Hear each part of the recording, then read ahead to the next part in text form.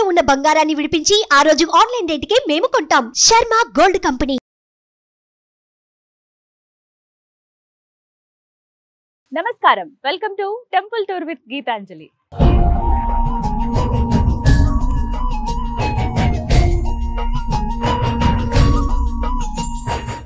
త్రేతాయుగం నుంచి ఈ భద్రాచలానికి ఎంతో ప్రాముఖ్యత ఉందండి.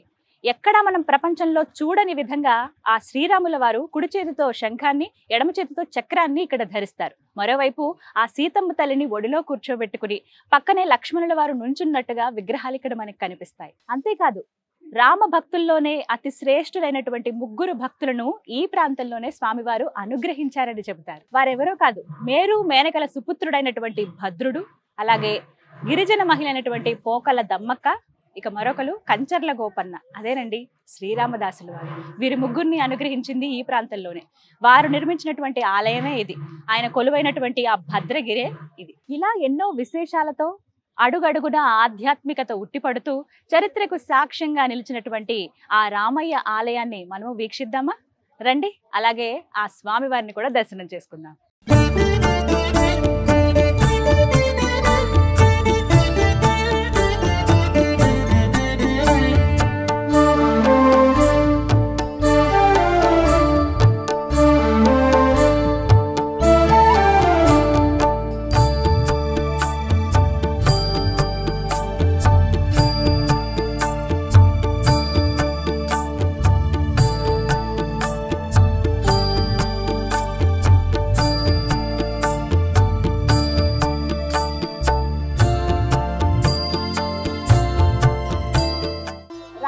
దర్శనానికి వెళ్ళాలంటే ఇదే ప్రధాన ద్వారం. ఇటు నుంచే వెళ్ళాలి లోపలికి. వెళ్దామా మరి?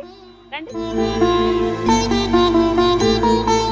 సుగ్రీవమిత్రం పరమం పవిత్రం సీతాకళత్రం నవమేఘ. ఆలయం లోపలికి మనం అడుగు పెట్టేశాము. కోలాహలంగా ఉంది భక్తులందరితోటి. లోపలికి అడుగు పెట్టగానే మనకి ముందుగా ఎడం పక్కగా గోకుల రామం అని చెప్పి మనకి గోశాల కనిపిస్తుందండి. వచ్చి అక్కడ గ్రాసం కూడా మనం తినిపించవచ్చు. వెళ్ళి ఒకసారి ఆవుల్ని కూడా చూద్దామా మరి? ఆవులు ఉన్నాయి, ఎద్దులు కూడా ఉన్నాయి ఇక్కడ. వెళ్దాం. అమ్మా ఎంత? Thank you. మన చేతులతో ఇక్కడ పశుగ్రాసం మనమే తినిపించవచ్చు అనమాట.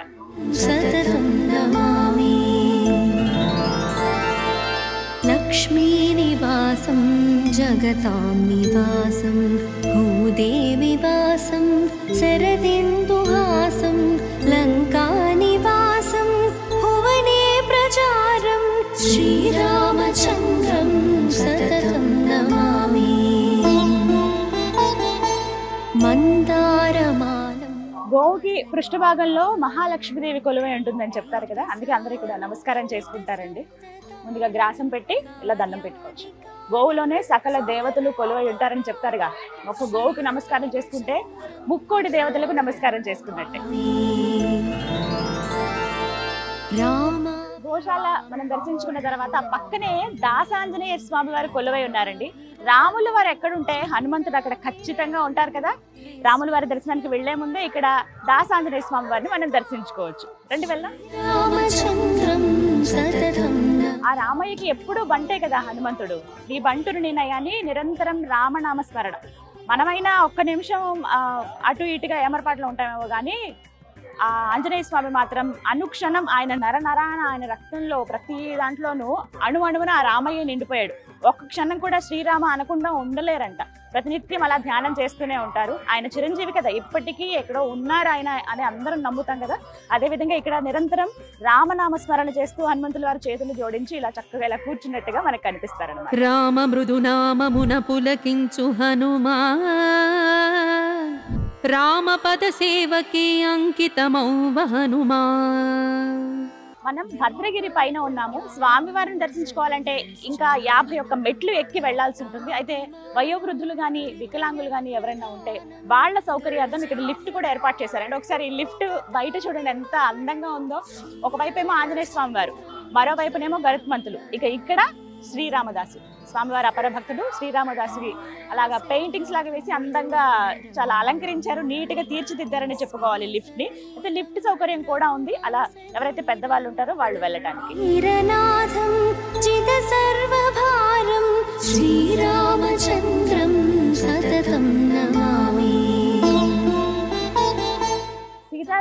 దర్శనం వెళ్లే వారికి స్ట్రిక్ట్ రూల్స్ ఇక్కడ ఉన్నాయండి. ఫోన్స్ కానీ లేకపోతే వాళ్ళతో తెచ్చినటువంటి పెద్ద పెద్ద బ్యాగ్స్ కానీ అలాగే కెమెరాస్ కానీ ఇవేవి కూడా లోపలికి అలౌ చెయ్యరు. సో అందుకని అవన్నీ భద్రపరచుకోవడానికి ఇక్కడ లాక్ రూమ్స్ ఉన్నాయి. ఇక్కడ ఏంటంటే జస్ట్ 5 రూపీస్ 5 రూపాయలు ఇచ్చి మన వస్తువులు ఇక్కడ భద్రపరచుకుని వెళ్ళొచ్చు. మళ్ళీ తిరిగి వచ్చిన తర్వాతే కలెక్ట్ చేసుకోవాలన్నమాట. సతతం నమామి శ్రీరామచంద్రం సతతం నమామి. ఎంత పెద్ద మండపమో, మొత్తం స్తంభాలన్నీ కూడా ఉన్నాయి. మధ్య మధ్యలో ఇది చిత్రకూట మండపం అని అంటారండి. ఇక్కడ స్వామివారికి సంబంధించిన వాహనాలన్నీ కూడా ఇక్కడ భద్రపరుస్తారు.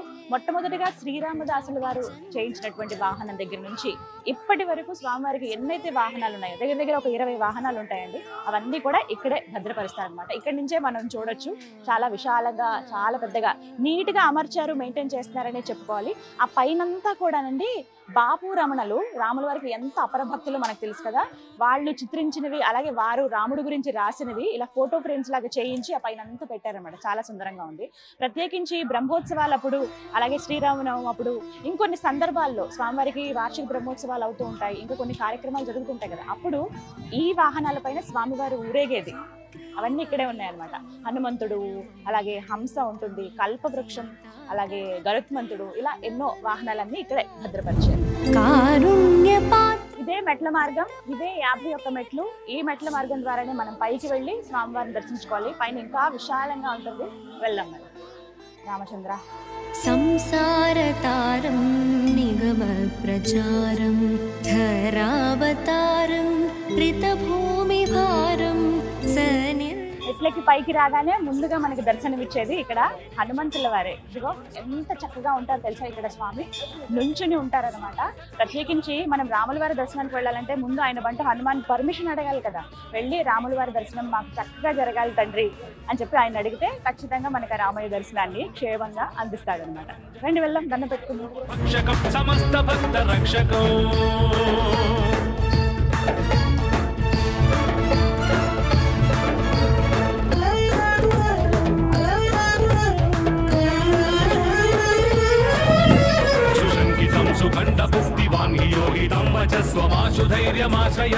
భయం కదాపి ప్లవంగనాథ భాషితం నిశంభవానరాధినాథ ఆపశం తథా స రామదూత ఆశ్రయ.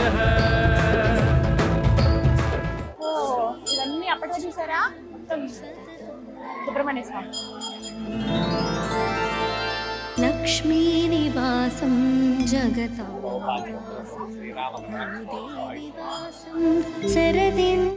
ఇక ఆలయ ప్రాంగణంలో కంటే ప్రధాన ద్వారం ఇది. ఇక్కడికి అడుగు పెట్టేశాము. ఇదే భక్తులందరూ వెళ్ళడానికి ఇది క్యూ లైన్ అండి. తిరిగి వెళ్ళిపోయేది ఎగ్జిట్ లైన్ ఇది అనమాట. ఇలా ఈ మార్గం ద్వారా లోపలికి రావచ్చు. ఎందుకని మనకి ఇక్కడ రామనామంతోనే స్వాగతం పలుకుతారు లోపలికి. విశాలం రిత సప్తతాళం కార్యాదికాలం. ఇదే స్వామివారి ధ్వజస్తంభం. ముందుగా మనం ధ్వజస్తంభం దగ్గర దండం పెట్టుకుంటాం కదా, అలాగే ఇక్కడ దండం పెట్టుకోవచ్చు. అయితే లోపల దాకా వెళ్ళడానికి లేదు, ఈ చుట్టూ ఇక్కడి నుంచి దండం పెట్టుకుని వెళ్ళొచ్చు అనమాట. అల్లంత దూరం నుంచి అంటే ఈ భద్రాచలం చుట్టుపక్కల మనం ఎక్కడ ఉన్నా సరే ఈ ధ్వజస్తంభం మనకి దర్శనం ఇస్తుంది. సుగుణాభిరామం విశ్వ ప్రమాణం క్రతుభోగకామం శ్రీరామచంద్ర. ఇదే లోపల దర్శనానికి వెళ్లే మార్గం అండి. ఈ క్యూ లైన్ల ద్వారానే వెళ్తారు భక్తులందరూ కూడాను. చాలా సందడిగా ఉంది, భక్తులతో కోలాహలంగా ఉంది, రద్దీగా ఉందని చెప్పుకోవాలి. ఈ మార్గం గుండానే లోపలికి వెళ్తారు. జయ విజయాలు బయట మనకి విగ్రహాలు కనిపిస్తాయి. ఆ తర్వాత ప్రధాన ఆలయంలోకి వాళ్ళు అడుగు పెట్టినట్టే పైన మనకి లక్ష్మీదేవి గజలక్ష్మి అమ్మవారి దర్శనం ఇస్తారు. అంతా కూడా బంగారపు తోడుగా అనమాట. అలా ఆ బంగారు వాకిల్ నుంచి లోపలికి వెళ్లి స్వామివారిని దర్శనం చేసుకోవచ్చు. వీళ్ళందరూ స్వామివారి దర్శనం కోసమే వేచి ఉన్నారు. చూసారా, ఇదే స్వామివారి తులాభారం అండి. ఎవరైతే భక్తులు మొక్కుకుంటారో మేము ఇలా స్వామివారికి సమర్పిద్దాం అనుకున్నాం అన్న వాళ్ళు, అది ఏదైనా కావచ్చు, వస్తు రూపంలో కావచ్చు, ధన రూపంలో కావచ్చు, వాళ్ళు ఇక్కడ తులాభారంకి ఇక్కడ కూర్చుంటారు అనమాట. వాళ్ళు ఎంత వెయిట్ అయితే ఉంటారో అంత వెయిట్, అంటే వాళ్ళ శక్తి కొలది వాళ్ళు బియ్యం ఇవ్వచ్చు, లేకపోతే ఏమైనా పళ్ళు ఇస్తారు కొంతమంది ఇంకేమైనా ప్రసాదాల్లాగా పంచిపెట్టండి అని ఇస్తారు. కొంతమంది ఎంత బరువు ఉన్నారో దానికి తగ్గట్టుగా డబ్బులు కూడా ఇచ్చేస్తారనమాట. అంత బరువు ఉన్నటువంటి అంటే అన్ని డబ్బులు ఖర్చేటువంటి అన్ని కేజీల బియ్యం మా తరపున స్వామివారికి ఇవ్వండి, అన్న ప్రసాదంలో పెట్టండి అని చెప్పి ఇలా స్వామివారి సంబంధించిన తులాభారం ఇది. ఎవరైతే భక్తులు వస్తారో వాళ్ళు ఇక్కడ ఇవ్వచ్చు. ముందుగా మనం ఆఫీస్ దగ్గర సంప్రదించి వాళ్ళు ఇక్కడ ఈ కార్యక్రమంలో పాల్గొనొచ్చు.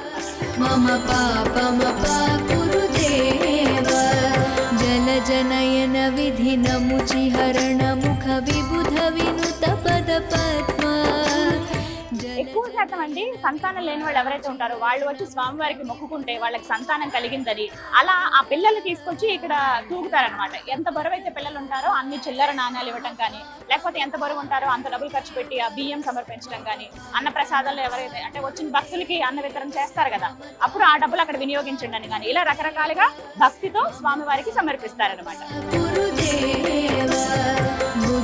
ప్రస్తుతం ఇక్కడ ఆలయంలో ఉత్సవాలు జరుగుతున్నాయండి. స్వామి అమ్మవార్లను గరుడ వాహనం పైన ఊరేగిస్తున్నారు. నిజంగా ఎంత సందడిగా ఉందో తెలుసా. ఆ మేళతాళాలు మంగళ వాయిద్యాల నడుమ స్వామివారిని అలా ఊరేగించుకుంటూ గరుత్మంతుడి పైన ఆ వాహనం పైన తీసుకువెళ్తున్నారు అన్నమాట. చూడండి ఎంత సుందరంగా ఉన్నారో.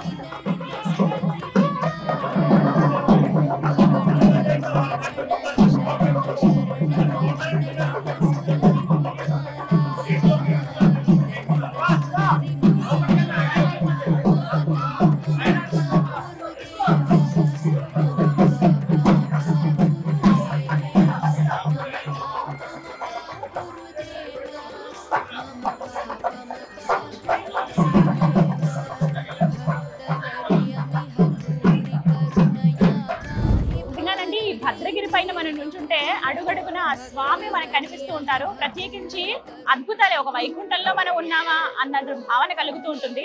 ఇలా ఒక దగ్గరికి వచ్చి చూస్తే నాకు అనిపించింది స్వామివారి వెండి రథం ఇది. ఒకసారి చూడండి ఎంత బాగుందో.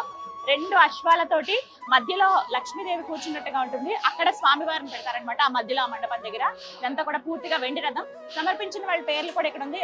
భక్తులు చేయించారు ఇక్కడ. అక్షరాల ఈ రథం ఖర్చు 36 లక్షల రూపాయలండి. మొత్తం పూర్తిగా వెండితో చేసిందే ఇదంతా కూడా. చాలా బాగుంది.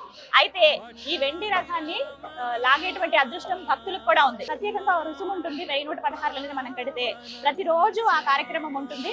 ఎవరికైతే స్వామివారి సేవలో పాల్గొనాలనుకుంటారో వాళ్ళు అలా డబ్బులు కట్టి మనం ఇలా స్వామివారి రథాన్ని మన చేతులతో లాగొచ్చు అనమాట. ఎంతటి అదృష్టమో కదా అది. మీరు కనుక భద్రాచలం వచ్చినప్పుడు ఖచ్చితంగా మిస్ అవ్వద్దు. ఇలాంటి ఏమైనా ఛాన్స్ ఉంటే డెఫినెట్ గా స్వామి సేవలో పాల్గొనండి. జయ రామ్ జానకి రామ్ హరే రామ హరే రామ. ఆ సీతారాముల దర్శనానికి వచ్చే వాళ్ళు ఫ్రీ లైన్ కూడా ఉంటుంది. స్టార్టింగ్ మనం కింద నుంచి వచ్చినప్పుడు చూసారా అంటే మీకు చూపించాను ఒక లైన్. ఆ దర్శనం అంతా కూడా ఫ్రీ లైనే. మనకి కింద నుంచి క్యూ లైన్ ఉంటుంది. లేదా మేము ప్రత్యేకంగా స్వామివారికి అర్చన చేయించుకోవాలనుకుంటున్నాం అన్న వాళ్ళు 300 రూపీస్, అలాగే 500 రూపీస్ టికెట్స్ ఉంటాయి.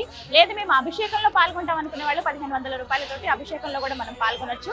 వాళ్ళు వెళ్ళడానికి మార్గం ఇటువైపు అన్నమాట. ఇది ఇలా ఈ దారి గుండా వెళ్ళొచ్చు. ముందుగా మనం టికెట్ తీసుకుని వెళ్దాం. హరే హరే హరే రామ హరే రామ రామ రామ హరే హరే హరే రామ హరే రామ రామ రామ హరే హరే హరే రామ హరే రామ రామ రామ. ఇక్కడ ప్రత్యేకంగా కొన్ని ఆచారాలు కూడా ఉంటాయండి. ఎవరైతే నూతన దంపతులు ఉన్నారో వాళ్ళు ఖచ్చితంగా వివాహం జరిగిన వెంటనే స్వామివారి దర్శనానికి వస్తారు. ఇక్కడ స్వామివారి కళ్యాణంలో కూడా పాల్గొంటారనమాట. అలా కొత్తగా పెళ్ళైన జంట కూడా వచ్చారు చూడండి.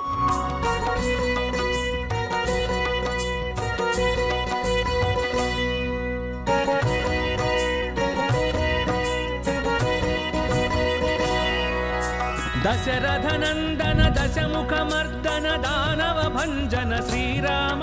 దర్శనం ఎంత చక్కగా జరిగిందో తెలుసా. స్వామివారి దగ్గర ఒక 10 నిమిషాలు చూసుంటానండి. ప్రత్యేకంగా అడిగి మరీ వెళ్ళాను. అయితే మూలమూర్తులను ఫోటో తీయడం కానీ వీడియో తీయడం కానీ నిషిద్ధం. అది నేను ఎప్పుడు గౌరవిస్తాను ఆ మాటని. మనం అందరం గౌరవించాలి. స్వయంగా వచ్చి చూస్తేనే మనం నిజంగా ఒక తన్మయత్వానికి లోనవుతాం. ఆ స్వామివారిని చూసినప్పుడు నిజంగా చాలా చాలా బాగుంది. నా మొహం చూస్తే మీకు అర్థమై ఉంటుంది ఎంత కళగా ముందుకి ఆ తర్వాతకి. నిజంగా ఆయన ఎంత ప్రశాంతంగా అమ్మవారిని ఒళ్ళో కూర్చోబెట్టుకుని ఉన్నారు. పక్కన లక్ష్మణ స్వామి వారు దగదగా మెరిసిపోతున్నారు. ఆభరణాలు కొన్ని ఉన్నాయి స్వామివారికి వేశారు. అలాగే పూలతో అలంకరించారు అందంగా. చాలా బాగుంది. చూపి విడమర్చి చెప్తున్నారనమాట. ఇవి ఉత్సవమూర్తులు, ఇవి మూలమూర్తులు, దర్శించుకోండి స్వామిని అని చెప్పి ఒక 10 నిమిషాల పాటు ప్రశాంతంగా నాకు వచ్చిన 4 కీర్తనలు పాడుకుని ఆ స్వామివారిని తలుచుకుని ప్రశాంతంగా చూడగలిగాను. ఖచ్చితంగా మీ జీవితంలో ఒక్కసారైనా రండి, వచ్చి ఆ స్వామివారిని దర్శించుకోండి. ఇక్కడి నుంచి ఆలయం ఎంత సుందరంగా కనపడుతుందో చూడండి. గర్భాలయం ఆ స్ట్రక్చర్ కానీ ఎంత అద్భుతంగా ఉందో, చాలా నీట్ గా చెక్కినట్టుగా కనబడుతుంది. ఎక్కడ రంగులు అవి ఏం వేయలేదు, అలాగే అంటే ఆ కాలం నాటిదని తెలియడానికి అలా ఎలా అయితే నిర్మించారో అలా వదిలేశారు. సుందరంగా ఉంది. ఇక్కడ నుంచి పూర్తిగా మనకి ఆ గర్భాలయం అంతా కూడా కనపడుతుంది. ఆ లోపలే స్వామివారి కొలువై ఉన్నది. ఆ భద్రాద్రి రాముడిని చూస్తే నిజంగా మనసంతా నిండిపోతుందండి. మళ్ళీ మళ్ళీ చూడాలని ఉంది నాకు, కానీ అందరికి అవకాశం ఇవ్వాలి భక్తులకి. మళ్ళీ ఆ రామయ్య పిలిస్తే ఖచ్చితంగా వెళ్తాను. దర్శనం చేసుకుని అలా బయటికి రాగానే మనకి ఇక్కడ వైకుంఠ రాముడి దర్శనం మరొక్కసారి జరుగుతుందండి. ఒక్కసారి ఇలా చూడండి, గోపురం పైన బంగారం తొడుగు వేశారు అక్కడ స్వామికి. లోపల మూర్తి ఏ విధంగానైతే కొలువై ఉంటారో అచ్చు అదే విధంగానండి. లక్ష్మణ స్వామి వారు అలా నుంచున్నట్టుగా, ఒడిలో ఆ సీతమ్మను పెట్టుకుని రాముల వారు అలా కూర్చున్నట్టుగా ప్రశాంతంగా కనిపిస్తారు. కింద అంటే ఎవరి కోరిక మేరకు వైకుంఠం నుంచి శ్రీరాముల వారి కదలి వచ్చారు అంటే ఆ విష్ణుమూర్తి మళ్ళీ వైకుంఠ రాముడిగా కొలువై ఉన్నారు. ఆ భద్రుడు మనకు అక్కడ కొండల్లో ఆయన ఉన్నట్టుగా కనిపిస్తుంది. పూర్తిగా ఒక్కసారి చూడండి, ఇక్కడి నుంచి చూస్తే నిజంగా ఆ రామయ్య దర్శనం అయినట్టేనండి. దర్శనం చేసుకుని వచ్చి ఇక్కడ ఒక్కసారి ఆ గోపురానికి దండం పెట్టుకుంటే, అక్కడ కనిపించేటువంటి ఆ వైకుంఠ రాముడికి దండం పెట్టుకుంటే చాలు. నిజంగా వైకుంఠంలో ఆ స్వామిని చూసినటువంటి అత్యంతమైన అద్భుతానికి, ఆ అమిత ఆశ్చర్యానికి మనం లోనవుతాము. అంతటి అదృష్టం అని కూడా చెప్తూ ఉంటారు. దండం పెట్టుకోండి మీరు కూడా. రామచంద్ర వైకుంఠ శ్రీరామ లక్ష్మణ భ్రాత లక్షణ చరిత మోక్ష ప్రదాయక శ్రీ సీతారామచంద్రుల వారి ఆలయానికి అత్యంత ఆకర్షణీయం, ప్రత్యేకం గోపురం పైన ఉన్నటువంటి ఆ సుదర్శన చక్రమేనండి. ప్రతి ఆలయంలో మనం ఇలా చక్రాన్ని చూడము, కేవలం ఇక్కడ భద్రాద్రి రామయ్య ఆలయంలో గోపురం పైన ఉన్నటువంటి ఆ సుదర్శన చక్రాన్ని చూడండి. స్వయంగా ఆ స్వామి వారే ప్రసాదించినటువంటి సుదర్శన చక్రం ఇది. దీనికి సంబంధించి కథనం చెప్తారు.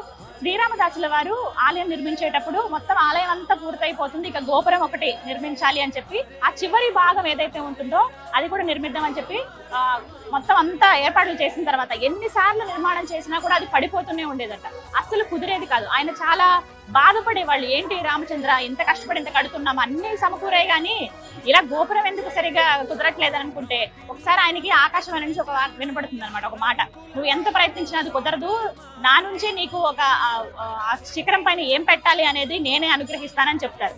అలా సరే స్వామివారే ఇస్తానన్నారు కదా అని ఆయన ఆ రోజు రాత్రి నిద్రలోకి వెళ్ళిన తర్వాత స్వప్నంలో ఆ శ్రీరాముల వారే దర్శనమిస్తారు. ఆ ఒక మాట చెప్తారనమాట, నువ్వు ఎందుకు అంత ఇబ్బంది పడుతున్నావు, బాధపడుతున్నావు, ఇదంతా నేనే కదా నీతో చేయించుకున్నాను, నువ్వు ఏమాత్రం చింతించకు, రేపు ఉదయాన్నే వెళ్ళి నువ్వు గోదావరి నదిలో ఒకసారి స్నానం ఆచరించు, అక్కడ పెట్టాల్సిన సుదర్శన చక్రాన్ని, ఆ చక్రాన్ని నేనే అనుగ్రహిస్తానని చెప్తారు.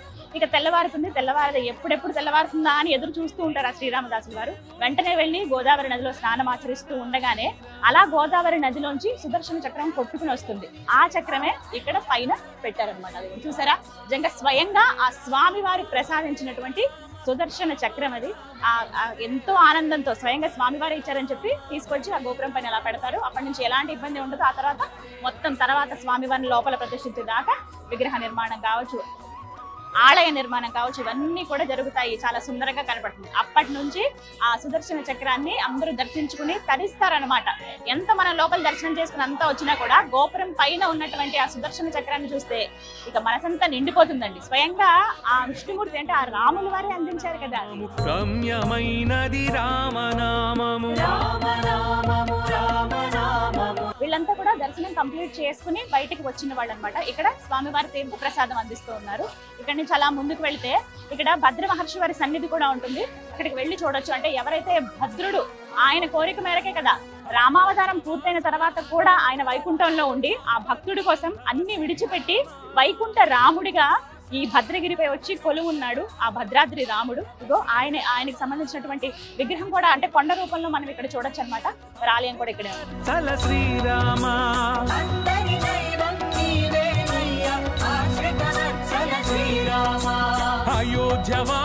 ఇక్కడ నిజంగానే ఒక ప్రత్యేకం అండి. ఎవరైతే ఆ మేరు మేనకల సుపుత్రుడు భక్తవరదుడు ఎవరైతే ఉన్నారో ఆ భద్రుడు ఆయన ఇలా కొండ రూపంలోనే కదా ఉంటారు. నేను కొండ రూపంలో కొలువై ఉంటాను, మీరు వచ్చి ఇక్కడ నా పైన కొలువు ఉండండి స్వామి అంటే ఎక్కడైతే ఆయన శిరస్సు భాగం ఉందో అక్కడే కరెక్ట్ గా గర్భాలయం మనం చూడొచ్చండి. అయితే వారిని ఇక్కడ ఒక రూపంగా ఏర్పాటు చేసిన ఇదంతా కొండ కూడా ఆయనకి గుర్తుగా అనమాట. ఇది ఆయన సన్నిధే. ఆ వెనక భాగాల్లో ఇలా కొండలా కనబడుతుంది. ఇక్కడ వీళ్ళందరూ చేస్తుంది ఏమిటంటే ఒకసారి మన మనసు పెట్టి ఆ రాముల వారిని మనసు నిండా తలుచుకుని ఆ కొండ ఆ గుట్ట పైన ఇలా చెవి పెట్టి వింటే శ్రీరామ శ్రీరామ అని వినపడుతుందట. మనం కూడా వెళ్దాం, అదంతా మన భక్తి కదా, ఒకసారి వెళ్ళి విందాం.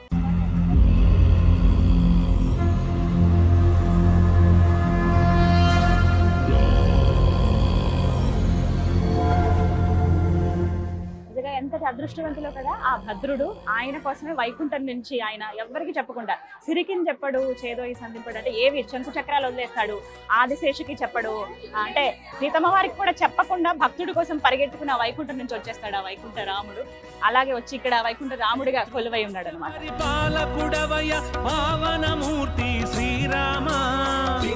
శ్రీరామ రామ రామేతి రమే రామే మనోరమ సహస్రనామ తత్తుల్యం రామనామ వరామ.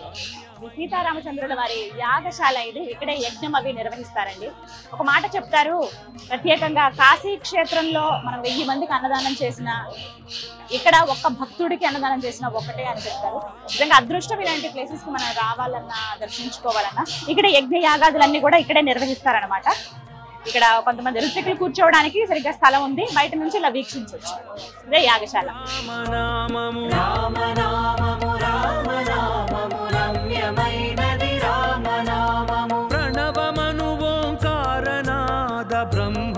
ఆ సీతారామచంద్రుల వారికి ఎప్పుడు నిత్య కళ్యాణం పచ్చతోరణమేనండి. స్వామివారికి నిత్యం కళ్యాణం జరుగుతుంది. అందులో భాగంగా కళ్యాణం జరిగేటువంటి స్థలం ఇక్కడే, ఇదే మండపంలో స్వామివారికి కళ్యాణం చేస్తారన్నమాట. ఎంతో విశాలంగా ఉంటుంది. కళ్యాణం అయిపోయిన తర్వాత ఎప్పటికప్పుడు క్లోజ్ చేసేస్తారు. అయితే భక్తులు కూర్చోవడానికి చాలా స్థలం ఉంది ఇక్కడ నుంచి వీక్షించవచ్చు. నూతన దంపతులు కావచ్చు, అలాగే వాళ్ళ వివాహ రోజులు ఉన్నప్పుడు, అంటే పెళ్లి రోజులు ఉన్నప్పుడు అలా చాలా మంది వచ్చి కళ్యాణం ఇక్కడ జరిపించుకుంటారు అనమాట. ప్రతినిత్యం ఉంటుంది. మన ఆసక్తి, మన భక్తి వచ్చి స్వామివారి కళ్యాణంలో పాల్గొనవచ్చు.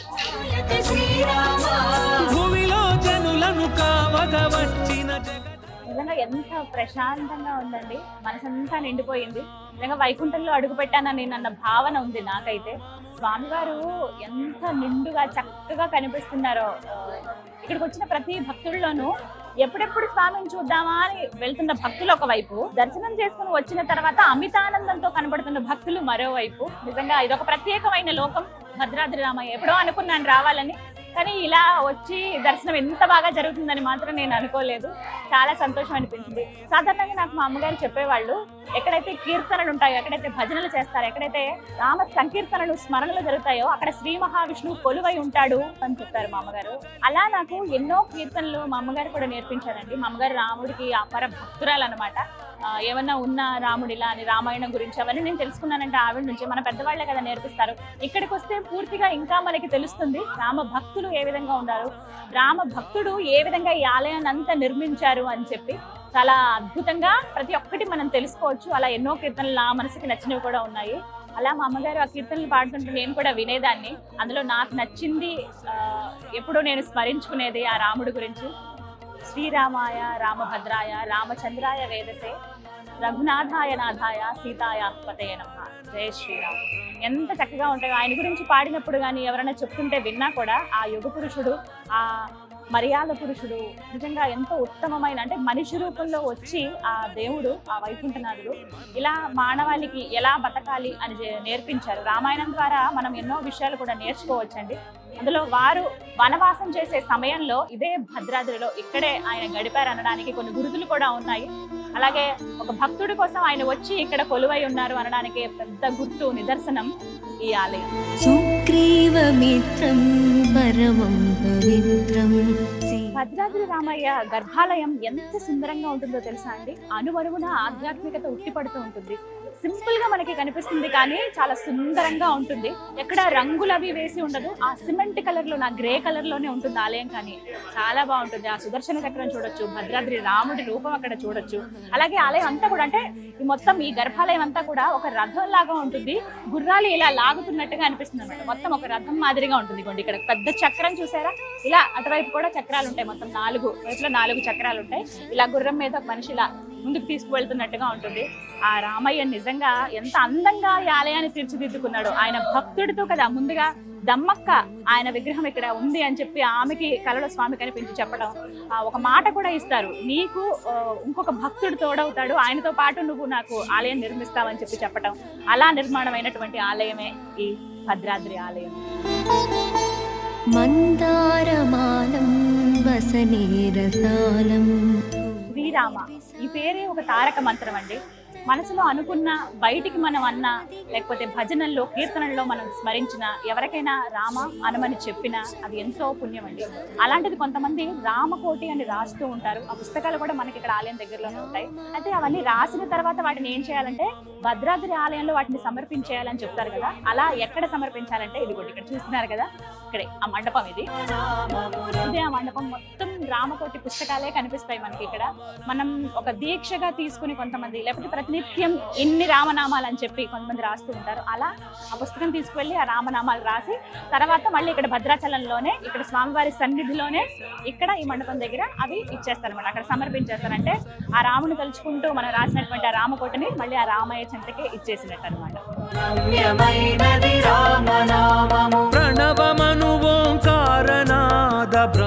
స్వామివారికి ఎదురుగుండా, అంటే ఆలయానికి గర్భాలయానికి ఎదురుగుండానే మనకి ఎడం పక్కగా స్వామివారి అపర భక్తుడు శ్రీరామదాసు వారి విగ్రహం కూడా చూడొచ్చండి. ఇదిగోండి ఇక్కడే స్వామి.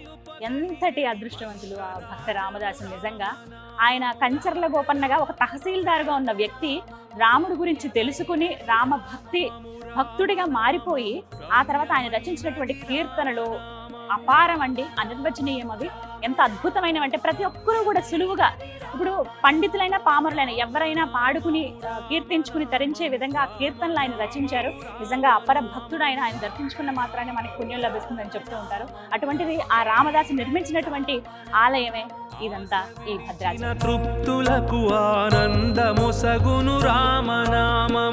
ఇక్కడ స్వామి అమ్మవార్ల శేష వస్త్రాలని ఇక్కడ అమ్ముతూ ఉంటారండి. కావాలంటే మనం తీసుకోవచ్చు. ఎవరైతే భక్తులు ప్రేమతో భక్తితో స్వామివారికి సమర్పిస్తారు కదా, స్వామివారికి పంచ కానీ, అమ్మవారికి చీర కానీ, అలాగే లక్ష్మణ స్వామివారికి పంచ, ఇవి ఇచ్చినవన్నీ కూడా ఇక్కడ విక్రయిస్తారు. మనం ఏదైనా పూజలు జరిగినప్పుడు, ఏమైనా శుభకార్యాలప్పుడు ఈ వస్త్రాలు కట్టుకుని మనం ఆ పూజలో పాల్గొనొచ్చు. అంటే అంతటి పవిత్రమైనవి, స్వయంగా స్వామి అమ్మవార్లకి ధరింపజేసినవి ఇస్తారు. లేదంటే ఉట్టిగా అమ్మవారి దగ్గర పెట్టిన చీరలు కావచ్చు, అలాంటివి కూడా ఇక్కడ మనం తీసుకోవచ్చు. అమ్మవారి చీర అంటే ఎంత అదృష్టమో కదా అది కట్టుకోవాలంటే. స్వామివారికి దీపారాధన చేయొచ్చు. అయితే ఆలయం బయటనే, మనకి లోపల ఎక్కడ కూడా మనకు అవకాశం ఉండదు కాబట్టి ఇక్కడ స్వామికి నేతి దీపాన్ని సమర్పించి వెళ్ళొచ్చు అనమాట లోపలికి. కొంతమంది దర్శనం అయిపోయిన తర్వాత వచ్చి దీపాన్ని వెలిగిస్తారు. ముందుగా కూడా దీపాన్ని వెలిగించి మనం లోపలికి వెళ్ళొచ్చు. ఇక్కడ 1,00,000 ఒత్తులు, 1,00,000 ఒత్తులు, అలాగే 1116 ఇలా ఈ ఒత్తుల సంఖ్యను పెట్టి ఇలా దీపంలో పెట్టి మనకి ఇస్తారనమాట. నేను కూడా దీపం వెలిగిస్తాను.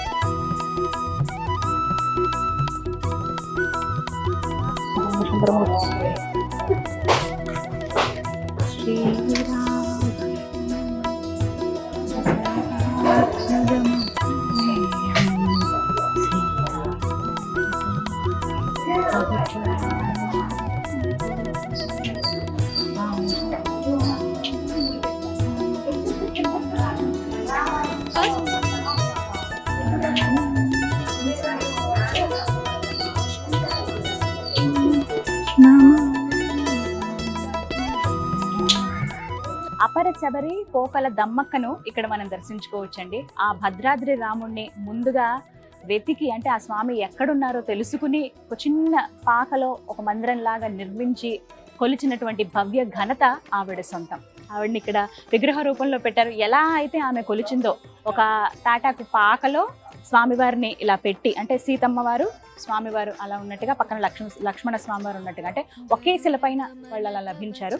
అలా వారిని తీసుకొచ్చి, ఎలా అయితే దొరికారో అలా తీసుకొచ్చి ఒక చెట్టు కింద పెట్టి ఒక పాకలాగా నిర్మించి, వాళ్ళకి అప్పట్లో ఆమెకి ఏమి తెలిసేది కాదు కదా, ఒక ఆకులో అంటే స్వామివారికి నైవేద్యం కూడా పెట్టాలి కదా మరి ఆహారం అని చెప్పి తాటి పండ్లు తీసుకొచ్చి పెట్టేవారంట. దానికి గుర్తుగా ఇక్కడ చూడండి తాటి పండ్లు. ఆవిడ ఎంత వృద్ధురాలంటే ఇంకా నడవలేని స్థితి ఆవిడది. కొంచెం ఆ ఏజ్లో ఆమెకి స్వామివారు అలా కనపడడం, కళలో కనిపించడం నిజంగా అద్భుతమే. చేతికర్ర కూడా పక్కన ఉంది చూడండి. ఒక గుట్ట మీద ఆవిడ కూర్చుని స్వామిని కొలుస్తున్నట్లుగా కనిపిస్తుంది. తాటి పండ్లు నైవేద్యంగా పెట్టేవారు అనమాట. జల జనయన విధి నముచి హరణ ముఖ విబుధ వినుత పద పద్మ. దమ్మక్క ఇదే భద్రాచలం ప్రాంతంలో ఆవిడ నివాసం ఉండేవాళ్ళండి. ఎప్పుడెప్పుడు ఆ స్వామి మనకు దర్శనం ఇస్తారా, ఆ స్వామి కృప ఎప్పుడు నా పైన కలుగుతుందా అని ఆమె ఎప్పుడు ఎదురు చూస్తూ ఉండేది. అపర భక్తురాలు ఆ శ్రీరామచంద్రుడికి ఆవిడ. ఒకరోజు ఆవిడ కలలో, అంటే స్వప్నంలో స్వామివారు దర్శనం ఇస్తారనమాట. దమ్మక్క ఇదే ప్రాంతంలో, నువ్వు ఉంటున్నటువంటి ఈ ప్రాంతం దగ్గరలోనే ఆ గుట్టల్లో, ఆ అడవిలో నేను ఉన్నాను, నన్ను ఒకసారి కనిపెట్టి ఎక్కడున్నానో బయటికి తీసి నాకు ఇలా ఆలయం నిర్మించు, అయితే నీకు సహాయం చేయడానికి నాకు ఇంకొక భక్తుడు కూడా వస్తాడు, ఆయన సహాయంతో ఒక మందిరాన్ని మీరు నిర్మించు భావించి భక్తులకు నా దర్శనం ఇప్పించండి అని చెప్తారట. ఆమెకి ఇంకా రాత్రి నిద్ర కూడా సరిగ్గా పట్టదు, ఎప్పుడెప్పుడు తెల్లవారుతుందా అని చెప్పి. కొంచెం ఇంకా చీకటి కొద్దిగా మసకపోయి తెల్లవారుతుండగానే ఆమె ఎక్కడుందా స్వామి విగ్రహం అని చాలా వెతుకుతుంది. ఎంత వెతికినా కూడా కనిపించదు. ఇక్కడే ఉన్నానన్నావయ్యా నువ్వు, ఎక్కడున్నావు అంత వెతుకుతుంటే ఒక చీమల పుట్టలో అప్పుడు ఆమెకి కొంచెం ఇలా వంగి లోపల పుట్ట లోపలికి చూస్తే విగ్రహాలు కనిపిస్తాయి. ఎలా బయటికి తీయాలో తెలియదు. అప్పుడు గోదావరిలోంచి నీళ్ళని తీసుకొచ్చి కుండలతో అంటే ఆ వయసులో కూడా ఆవిడ ఏమాత్రం విసుక్కోకుండా, అంటే స్వామి నాకు కనిపించడన్న ఆయనే ఆజ్ఞించాడన్న ఇదితో వెళ్ళి కుండలతో నీళ్లు తీసుకొస్తుంది. దగ్గర చాలా వరకు 10-15 కుండలు నీళ్ళు అలా తీసుకొచ్చిన తర్వాత అలా పోస్తే మొత్తం ఆ మట్టంతా నానిపోయి విగ్రహాలన్నీ కూడా బయటకు వస్తాయి. అలా వచ్చిన ఆ విగ్రహాలను తీసుకుని ఎక్కడ పెట్టాలి, అక్కడే ఉంచితే కుదరదు కదా, మొత్తం అంతా అడవి కదా. అలా ఆ విగ్రహాలను పట్టుకుని మోసుకుంటూ బయటకు తీసుకొచ్చి ఒక చదునుగా ఉన్నటువంటి ఒక గుట్ట పైన పెట్టి దానిపైన ఇలా పాకలాగా ఏర్పాటు చేసి, ఇప్పుడు ఏదైతే నమూనా మనం చూస్తున్నామో ఇదేనండి, అలా పాకలాగా పెట్టి తాటి పండ్లు తీసుకొచ్చి స్వామివారికి నైవేద్యం పెట్టి ప్రతినిత్యం ఇలా పూజ చేసేదట. ఆ తర్వాత శ్రీరామదాసు రావటము, ఆ పూజ అంటే మిగతా అన్ని తెలుసుకోవటం, నా రామయ్య ఎక్కడే అని ఆమె ఎంత ఆతురతగా చెప్తుందో. రామదాసు గారికి అలాగే వారి భార్య ఇద్దరు కూడా వచ్చినప్పుడు అక్కడ పర్యటించినప్పుడు ఆ పర్ణశాలలో అంతా చూపించి ఇదంతా రాముడు నడిచిన ప్రదేశం, ఆ రామయ్య ఇక్కడ కొలువై ఉన్నాడు, ఆ రాముడు గుడి కడగా ఉందంటే అప్పుడు నిర్ణయించుకుని ఇద్దరు కలిసి మొత్తం ఆ గ్రామ ప్రజలందరి సహాయంతో డబ్బులన్నీ తీసుకుని ఆ డబ్బులతోటి ఆలయాన్ని నిర్మిస్తారన్నమాట.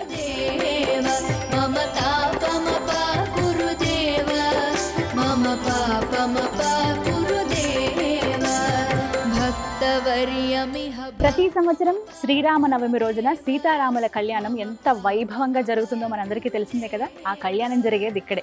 ఇదే మిథిలా స్టేడియం అంటారు ఈ ప్రాంతాన్ని. లక్షల మంది చూస్తుండగా ఇక్కడ స్వామివారికి కళ్యాణం జరుగుతుంది. ఇంకా కోట్ల మంది టీవీల ద్వారా మనం అలాగే ఫోన్స్లో మనం వీక్షిస్తూ ఉంటాం అనమాట. ఇక్కడికి వచ్చి ఆ కళ్యాణంలో పాల్గొనటం, అక్కడ నుంచి చూడడం అనేది చాలా గొప్ప అదృష్టం. సంవత్సరానికి ఒక్కసారి జరిగేటువంటి ఆ కార్యక్రమంలో పాల్గొనాలని ఎంతోమంది పరితపిస్తూ ఉంటారు. చాలా కొద్ది మందికి మాత్రమే అదృష్టం దొరుకుతుంది. నేనైతే ఎప్పుడు చూడలేదు. ఎప్పుడైనా ఒక్కసారి ఆ కళ్యాణం చూసే భాగ్యం దక్కాలని ఆ రామచంద్రుల వారికి మనం విన్నవించుకుందాం. భక్తవర్యమిహ భూరి కరుణయా పాహి భారతీ తీర్థం. భక్తవర్యమిహ భూరి కరుణయా పాహి భారతీ తీర్థం. పాహి భారతీ తీర్థం. మమ తాపమపా గురుదేవ మమ పాపమపా గురుదేవ. నిజంగా ఎంతటి అదృష్టమో. స్వామివారి ప్రసాదం తీసుకున్నాను అంటే అందరూ తీసుకున్నట్టుగా వెళ్ళి ఆ లడ్డు కౌంటర్ దగ్గర నుంచుని ప్రసాదం తీసుకోవడం కాదండి. ఇప్పుడే స్వామివారికి నివేదించినటువంటి మధ్యాహ్న సమయం అయింది. మీకు దాదాపుగా చూస్తే అర్థమై ఉంటుంది, అందరూ కూడా వెళ్ళిపోతూ ఉన్నారు. సమయం అంటే ఆలయం వేళలు కూడా ఉదయం 5 గంటల నుంచి మధ్యాహ్నం 1 గంట వరకు, మళ్ళీ 4 గంటలకి ఆలయం తెరుస్తారు. 4 గంటల నుంచి రాత్రి 8 వరకు తెరిచి ఉంటుంది. అయితే ఈ మధ్యాహ్న సమయం ఏదైతే స్వామివారికి ప్రసాదం అంటే ఆ నైవేద్యాన్ని నివేదన చేస్తారో అదే నైవేద్యం ప్రసాదంగా నాకు అందించారు. కదంబం ఇవాళ స్వామివారికి నివేదించారనమాట. ఆ ప్రసాదం వేడివేడిగా ఉంది. ఇంకా అయ్యగారు వచ్చి ఇవ్వగానే చాలా సంతోషం అనిపించింది. చాలా ప్రత్యేకమమ్మ, స్వామివారికి ఇప్పుడే నివేదించినటువంటి ప్రసాదం ఇది, కదంబం అని చేతికిచ్చారు. అదృష్టం నిజంగా. ఇక మనందరికీ ఎంతో ఇష్టమైన స్వామివారి ప్రసాదం అందించేది ఇక్కడేనండి. ఇవే ఆ కౌంటర్స్. మనం ఆలయం లోపల నుంచి కూడా ఇలా రావచ్చు, లేదంటే మొత్తం ఆలయానికి వెనక భాగంలో ఉంటుంది. ఈ మాఢ వీధుల్లోనే ఇలా నడుచుకుంటూ వచ్చి ఇక్కడ తీసుకోవచ్చు అనమాట. ఇక్కడ మనకి ప్రత్యేకంగా స్వామివారిది కళ్యాణం లడ్డు ఇక్కడ మనం కొనుక్కోవచ్చు. అలాగే మామూలుగా స్వామివారి ప్రసాదం లడ్డు, చక్కెర పొంగలి, పులిహోర ఇవన్నీ ఇక్కడే దొరుకుతాయి. ఇదే పోకల దమ్మక్క స్వామివారి అన్నప్రసాద భవనం. ఇక్కడే స్వామివారి అన్నప్రసాద వితరణ జరుగుతుంది. దర్శనానికి వచ్చిన భక్తులందరూ కూడా ఒక్కసారైనా ఆ స్వామివారి ప్రసాదం తీసుకుంటే చాలు, అది మహద్భాగ్యం అని ఫీల్ అవుతారు. అలాంటి వారందరూ కూడా ఇక్కడ ప్రసాదాన్ని తీసుకుంటారండి. సమయం ఉంటుంది ప్రత్యేకంగా, మధ్యాహ్న సమయంలో ఇక్కడ భోజనాలు ఉంటాయి. అప్పుడు వెళ్ళి మనం భోజనం చేయొచ్చు. నిజంగా చాలా అమృతంలాగా ఉంటుంది స్వామివారి ప్రసాదం అయితే. ఎవరైతే ఇలా వచ్చి దర్శనానికి స్వామివారి దర్శనం చేసుకుని అన్ని విశేషాలు చూసి ఇక్కడ చుట్టూ షాపింగ్ అవి చేసుకుని చివరిగా స్వామివారి ప్రసాదం తీసుకోవడంతో ఆ రాముల వారి దర్శనం కంప్లీట్ అయినట్టే. నా దర్శనం కూడా దాదాపుగా పూర్తయిపోయింది. నేను కూడా అన్నప్రసాదానికి స్వీకరించడానికి వెళ్తాను. ఎవరైతే భద్రాచలం వస్తారో ఖచ్చితంగా ఇవన్నీ కూడా దగ్గరుండి, అంటే మీరు కొంత సమయం అంటూ పెట్టుకుని మొత్తం వీక్షించండి, అణువునా చూడండి. ఆ భద్రాద్రి రాముడి విశిష్టత అనేది ఎంతో అద్భుతంగా ఉంటుంది, కన్నుల పండుగగా ఉంటుంది. వీలైతే 1-2 రోజులు ఇక్కడ గడపండి, స్వామివారి కళ్యాణంలో పాల్గొనండి, తరించండి. ఇదే నా కోరిక. అంటే ఇలా ఒక వీడియో చేయడానికి కూడా కారణం అదే, అందరికీ తెలియాలని చెప్పి. అందరూ వచ్చి ఆ స్వామివారి కృపకి పాత్రలు అవుతారని కోరుకుంటూ ఇది వాళ్ళ టెంపుల్ టూర్ విత్ గీతాంజలి మరో దివ్య ఆలయ సందర్శనంతో మళ్ళీ మీ ముందుకు వస్తాను. జై శ్రీరామచంద్ర ప్రభు. సుమన్ టీవీలో మీ పర్సనల్ అండ్ బిజినెస్ ప్రమోషన్స్ కోసం కింది నెంబర్కి కాంటాక్ట్ చేయండి.